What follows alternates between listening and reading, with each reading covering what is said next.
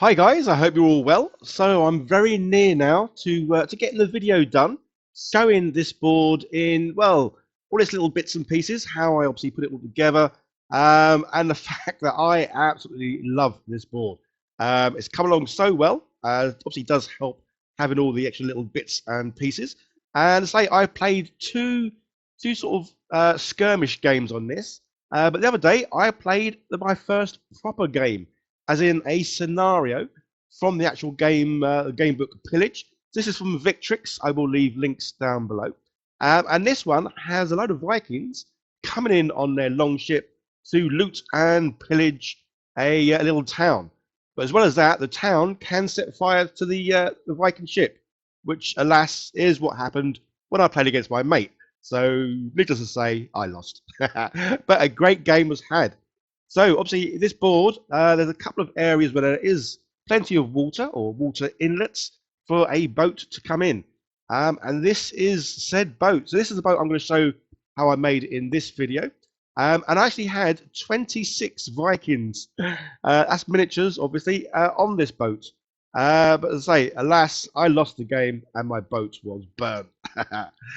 So yeah, so this was printed out on the Any Cubic Cobra S1. But what's obviously better than printing out on one printer? Yes, printing out on two. Those lovely people over Any Cubic sent me another one, as I told them I was going to be doing lots and lots of printed scenery.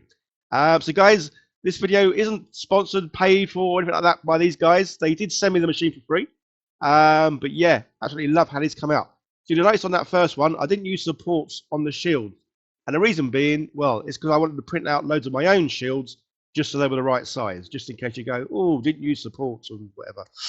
But anyway, so yeah, both printers knocked this boat out in next to no time. In fact, I've actually got two of these boats printed out now. But obviously, this is me going to go through and show, well, what we did with the rest.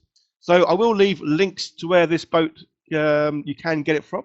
This boat itself was on my mini factory.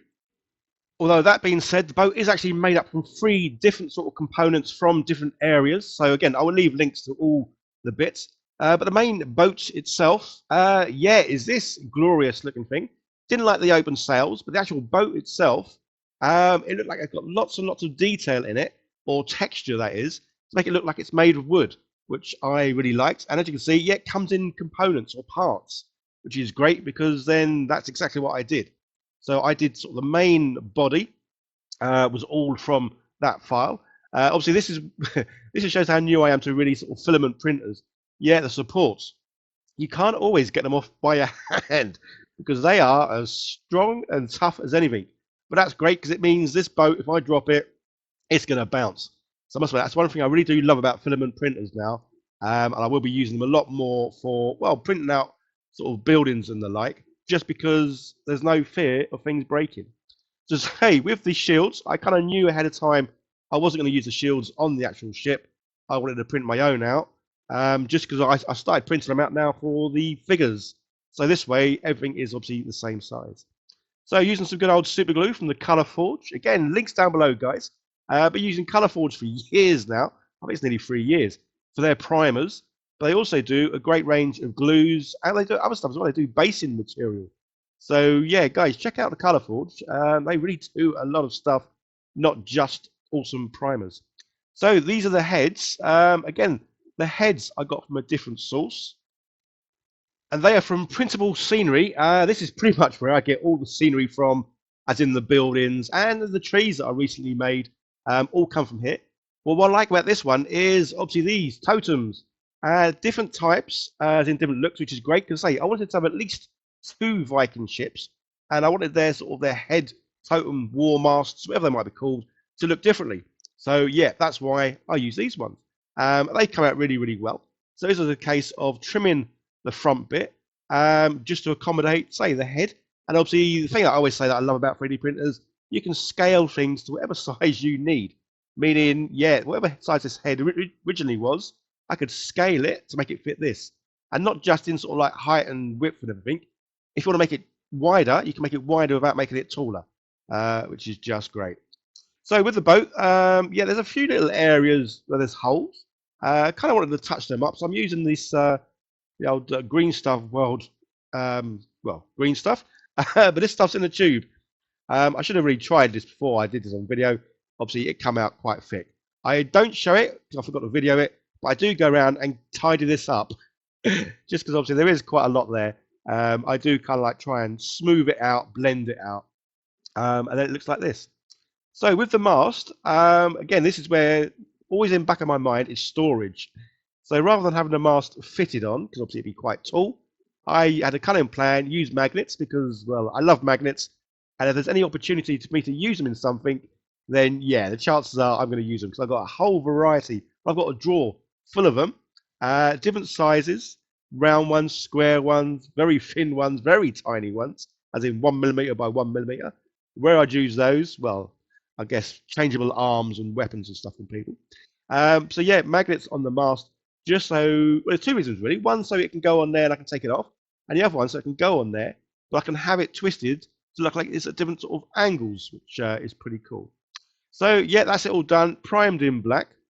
Obviously magnets on there are a treat. So yeah, Bosch, it stays on.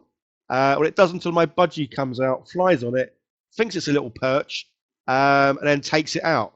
And I think it got took out at the same time. So yeah, miniatures. I say when I played my game a few days ago, I actually had 26 miniatures. It's only a 600 gold point game, so I went with the attitude of lots of people, but they had makeshift weapons and no armor. And I think that could have been my downfall because they were pants. They couldn't hit for toffee, and my saving throws were diabolical. I just got obliterated, basically. My mate had 15 in his warband. I say I had 26. And yeah, I just got defeated. My ship was burnt. I mean, to be fair, I didn't do too bad. If you have played the game or you know the scenario, the Vikings or the attackers need to get 5 bits of loot on their boat to win. And if you get 1 bit of loot from the church, then you get a crushing victory. Well, alas, I got 4 bits of loot. Then everyone died, and then my ship was burnt. So it was a crushing defeat. But again, absolutely awesome game to play. Lots of fun. So yeah, the next game we play, I'm not going to go in with a load of people with makeshift weapons because they're honestly, it's so bad. I just thought volume of numbers would help me get the loot. But yeah, it didn't. Anyway, so back to this. Yeah, with the ships, shields even. Obviously, I do want to put the transfers on them, which is why paint them white first, just so the transfers come through nicely. So in the past, I have used obviously the Victrix ones, the little Big Men Studios, and these are awesome, guys. I'll leave links down below. But yeah, Victrix stuff is absolutely amazing.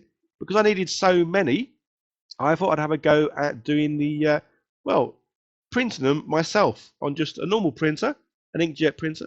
So you print them out on the paper, obviously special paper, and then you have to spray over it with a matte varnish. Again, good old Colourforge. Yeah, using their matte varnish. I think I've had this in, probably about 2 years. Very rarely use it because I don't actually varnish my miniatures. Probably should do now that I'm actually sort of playing a game where I'm using them or moving them quite a lot. Yeah, maybe I should put a bit of varnish over the chaps that I've got. So with these, yeah, the transfers, all you got to do, cut round them. So obviously I snipped the hole in the center. And then you cut round them and then just basically put them in some water. Leave them for around about 20 seconds or so until it obviously peels away from the backing. So obviously I put one in and then I thought, well, I might as well just cut some more out because, well, it's 20 seconds I've got to wait around for that one. So yeah, started cutting out the rest, hole punching them and all that, sticking them in 20 seconds later. And Bosch, you can see obviously it's already coming away from the backing, which makes it nice and easy just to, well, slide over. And yeah, as simple as that. Are they good? Yeah, they're not bad. They're probably not as good as the Victrix ones, the little Big Men Studios. But say the fact that I needed so many, yeah, it just made it a lot easier for me to, have a go at printing out my own. And again, it's good to try new things. So yes, I believe using a combination of the Victrix shield transfers as well as my own sort of in the future. Let's just tie everything in. So there's a lot of obviously silver bits that I painted and with the whole shields themselves. I don't want them looking too neat and pristine. So just a case of going over the whole lot with a good old wash. I think the thing is with me as well, I've come into a bit of an area where I always end up doing a wash with everything I paint. And I think now it's kind of like in my head, this is the final stage. So it's almost like it doesn't matter what I'm painting, it's going to get a wash over it, just because in my mind, that means it's job done. So yeah, everything gets a wash, or in most cases, if you've seen how I do the miniature figures, yeah, everything gets a bath. And then yeah, it's ready to rock and roll. And just before I do put it on the table, I had considered making the sail out of material, and then I thought, no, I've got 3D printers. I like 3D printing and stuff, so that's exactly what I did. Again, these were found somewhere else to the other bits. Again, I will leave links to all sort of free sites where you can get all the bits that I've shown to make my sort of boat, because the actual sails themselves come from a different kind of ship. This one's on Thingiverse. Obviously, love Thingiverse because everything's free over there. But as you can see, yeah, a huge big ship. Absolutely lovely looking. I had obviously downloaded everything or all the files, but the only files I was really interested in, and that was these. And it was these sort of sails that are kind of like wrapped up. Nice and simple, but that's kind of what I wanted. Yeah, printed them out, painted them, glued them on. And there we go. There is my ship ready to set sail. Although I say mine kind of got burnt down at the end of the game, but that's neither here nor there. A fun game was had, that's for sure. Obviously, there's the sails all painted up and all the rest of it. But yeah, love the look of this boat. I say the texture on it is really good. I printed it out, say on the Anycubic Cobra S1, and I think I printed it out at the lowest settings, so it wasn't like a draft setting. But the reason for that was because obviously then you can see layer lines, which I think work really well when you're making something that looks like it's made out of wood. So it really does give it a bit more of a grainy look. And yeah, I just love it. And I say, this is where I am a big kid. I could spend hours just messing about, moving the miniatures around, playing with the boat. Yeah, I love it. Yeah, my kids think I'm nuts. I think they love it as well. But yeah, it's still so much fun. I can't help myself. And obviously, yeah, the backdrop there is just a piece of printed sort of thing, and I just stuck on a bit of wood.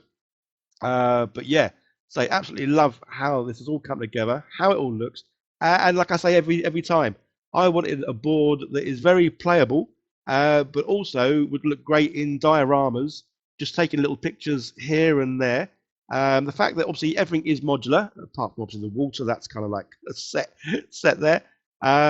Everything else moves. Even that bridge that's you can just about see. There's two separate bridges. There's one bridge, and then there's a broken down bridge.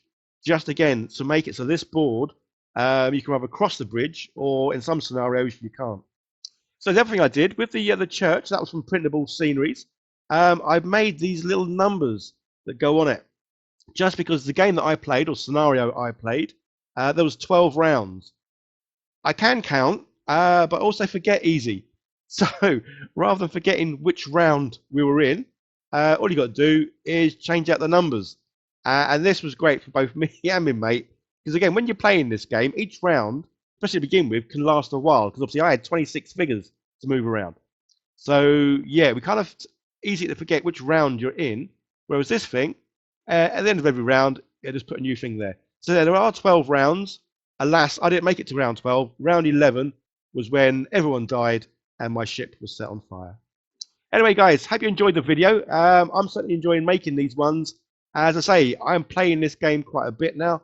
Literally, me and my mate, we're getting into a routine. We're going to play every other week. So we're going to start off by going through some of the scenarios in the book. So the next one we're going to do, I think, is the one with the priests. You've got to sort of escort them off the table or something. Anyway, hope you enjoyed the videos, guys. Don't forget to like, share, subscribe, leave some comments down below. Let me know what you might want to see me do, well, in the next couple of videos. Okay, guys, you all take care. See you later. Bye now.